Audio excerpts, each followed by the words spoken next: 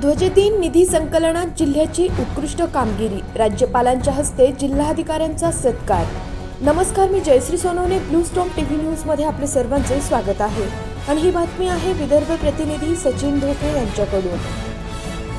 अमरावती ध्वजदिन निधी संकलनात उत्कृष्ट कामगिरी केल्याबद्दल राज्यपाल आचार्य देवव्रत यांच्या हस्ते जिल्हाधिकारी आशिष एरेकर यांचा सत्कार करण्यात आला। मुंबई येथील लोकभवनातील जय विहार येथे हा कार्यक्रम पार पडला। राज्यपाल यांच्या स्वाक्षरीचे प्रशस्तीपत्र आणि स्मृतिचिन्ह असे गौरवाचे स्वरूप होते। सत्कारावेळी जिल्हा सैनिक कल्याण अधिकारी मेजर आनंद पाठारकर उपस्थित होते। जिल्ह्याच्या 2024-2025 या वर्षासाठी 1,23,00,000 रुपयांचे लक्ष देण्यात आले।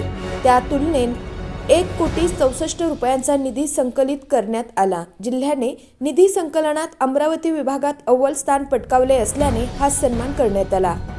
संकलित निधी माजी सैनिक आणि त्यांच्या अंमलबजावणीत कल्याणासाठी उपयोगात आणला जाणार आहे। जिल्ह्याचे ध्वजदिन 2024 साठी देण्यात आलेले उद्दिष्ट काही महिन्यात पूर्ण केले आहे।